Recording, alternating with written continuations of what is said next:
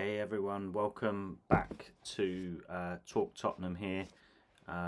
This is your host Tom, giving you match reaction from today's disappointing 2-1 defeat to Aston Villa at the Tottenham Hotspur Stadium. It's a really difficult one to take. I was lost for words really at the end of the match in a game really where we Tottenham played really well today. You can't fault the effort of the players. The intention to keep attacking was there. We created lots of chances. I don't know how many goals offside goals we scored today. Sonny got 3, I think, that were offside, and they were pretty close as well. And we didn't deserve to lose that game today. We really didn't deserve to lose that game. Villa, having said that, Villa managed the game pretty well, and even though we were the better team, Villa always looked threatening on the break, and it's just such a difficult one to take, guys. It's everything that has gone well this season has just sort of really unravelled now, hasn't it? Really, in the last few weeks, and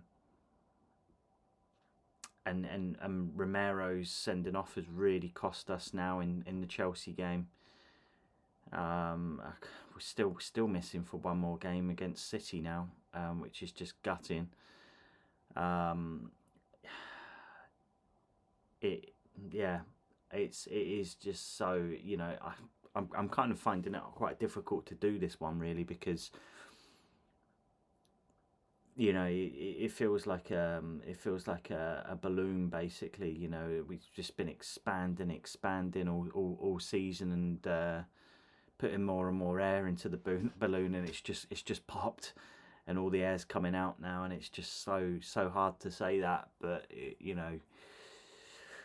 I think the difficulty with, especially in the second half, was that I thought we were getting into some really good positions, but it just didn't really look like really scoring, did we? We didn't really have any cutting edge, or I wasn't really quite sure who was going to score. Even Johnson, who broke free a couple of times on that left, there wasn't really any conviction when he went through, and I know it was a difficult angle, but he blazed it over the bar with his left foot. Kulu, for all the running that he does on the right hand side, I'm a big fan of his, but for all the running, it's quite predictable a lot of the time, and I think the Villa players were just quite happy really just to kind of keep him wide, and he did have that one really good effort, I think, was it in the first or the second half? I think might have even been the first half, where he, that trademark kind of, shot, which kind of looks like it's going to go into the far post, but it just went wide.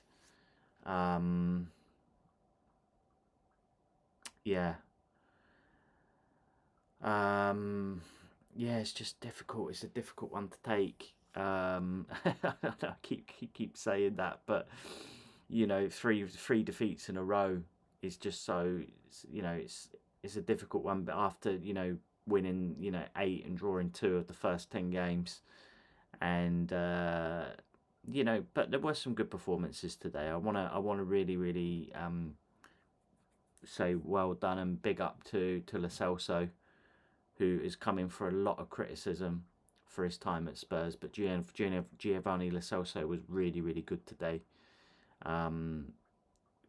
Provided a really creative spark to Tottenham. I thought he was setting up a lot of moves. Obviously scored, it was a great finish. A bit of a deflection on the way, but he really showed, I think, that he can play a good role for Tottenham this season.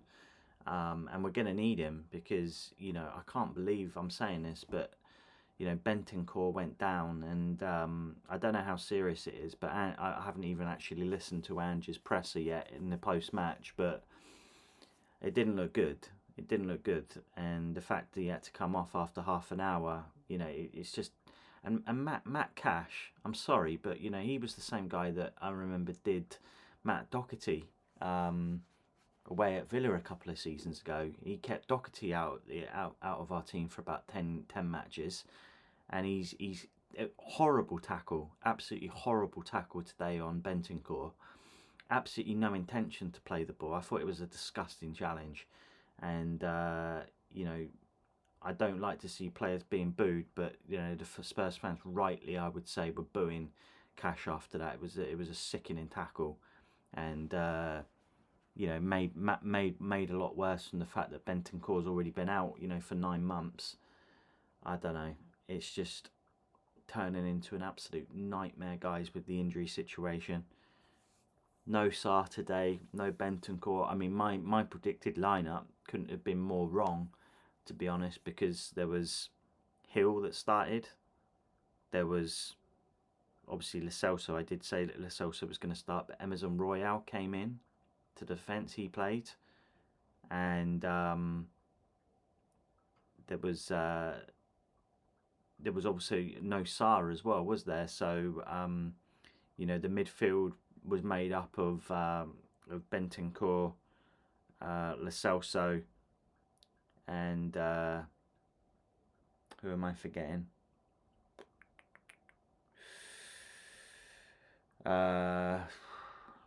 So my mind's gone, guys. You have to remind me on who that third midfielder was. It wasn't Sarr. It wasn't. Who am I forgetting? Obviously, Ollie Skip came on in the second half. But I can't fault the performance today. It was really, really good. It was, especially the first half. We played really, really well. Came out the traps really, really quickly, and it looked like we were going to score at every opportunity, really. And yeah, the fact is though that we didn't put those chances away, and I'm starting to worry a little bit now, guys. Despite all how good the season's been, and it's been brilliant, we do appear as though, and it's obviously it's no surprise. You take the best striker out in the world out of your team, and it's you're going to struggle in the following season. And I think what we're seeing right now is we're seeing a little bit of a cutting edge to our game, which is gone. And I know Sonny's been decent this season, but and you can't fault him today, because on another day, he's timed he's one of those decisions goes for us. I can't believe that all three of them were offside, but they were, and that one when he actually went through on goal and buried it into the top corner, that was a brilliant goal, and such a shame that was chalked off, because you're talking about definitely a goal of the month contender for sure. Sonny's got that in his locker, but if Sonny's not scoring, where are the goals coming from, guys? That's my worry now. They're not really coming from midfield. Any of the midfielders. I know Lo Celso scored today, but I know Bentancur last season he was getting on the score sheet. I really hope that we're not missing him for too long now. But other than that, from the midfield, it's difficult to really see where the goals are coming from. And obviously Johnson and Kulusevski need to start firing at some point. But I don't know.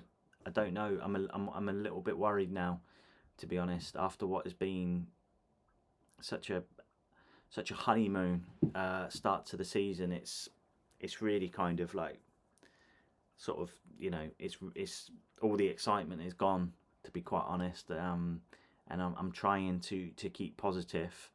The only thing that I can say is that we've got a free hit now against City, so all the pressure will be off. No one's expecting us to get anything in that game, and we probably won't. But then we said the same about 2 years ago when we went there and won 3-2, and I don't think we were probably in better form though than we are at the moment going into that game. But I think after that game we then got the West Ham and the Newcastle game at home, and obviously Romero's going to be back for that. And we've just got to really look at those 2 games now and just look at trying to get back to winning ways in the West Ham game, which is going to be a big North London derby, a big London derby now. But guys, I'm going to sign off now because you know, it's a really difficult video. It's the season's turned. It turned obviously on the Chelsea game, didn't it? You know, still looking back now, still can't believe that.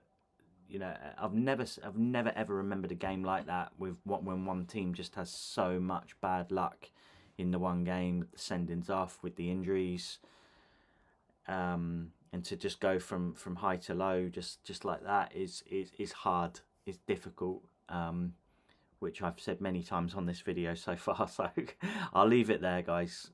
Look, you know, we gotta keep believing. You know, it's still, even with 3 defeats in a row, we've got to be positive, right? Because you know, the football's better. It's been better than it has been over the last 2 years, and you know, I still believe in Ange. And you know, guys, look, anyone who doesn't and is changing their mind now after 3 defeats is crazy, because you know, we've seen enough already this season to know that Ange has taken us forward, and it's going to take time, right? It's going to take a lot of time, but maybe this season, maybe I think the reality's maybe already setting in, and maybe it's going to be a case of that it will be a little bit more of a transition than we first realised. And maybe we had a bit of a manager bounce when he first came in, and the players were really responding to a new voice and an arm around their shoulder, where you know, whereas you know, which was so refreshing after what they had to put up with Conte, who was probably berating them and just being really strict and not being their friend. It's going to take time. It's going to take time. And so, you know, we need to realign our expectations now for this season. That's the truth. And I think, you know, let's still try and go for a top 4 finish. I still think that's possible. But we've really got to try and, you know, turn around this form as soon as possible and try and get back to winning ways. So obviously the next game Sunday, is it, at City? You know, let's go there and let's put you know, try our best and put on a performance, and who knows, you know, miracles might happen. But guys, thanks so much for watching. I really do appreciate the support on this channel. You know, there'll be another video coming out with the pre-match for City in the week, and as always, come on you Spurs.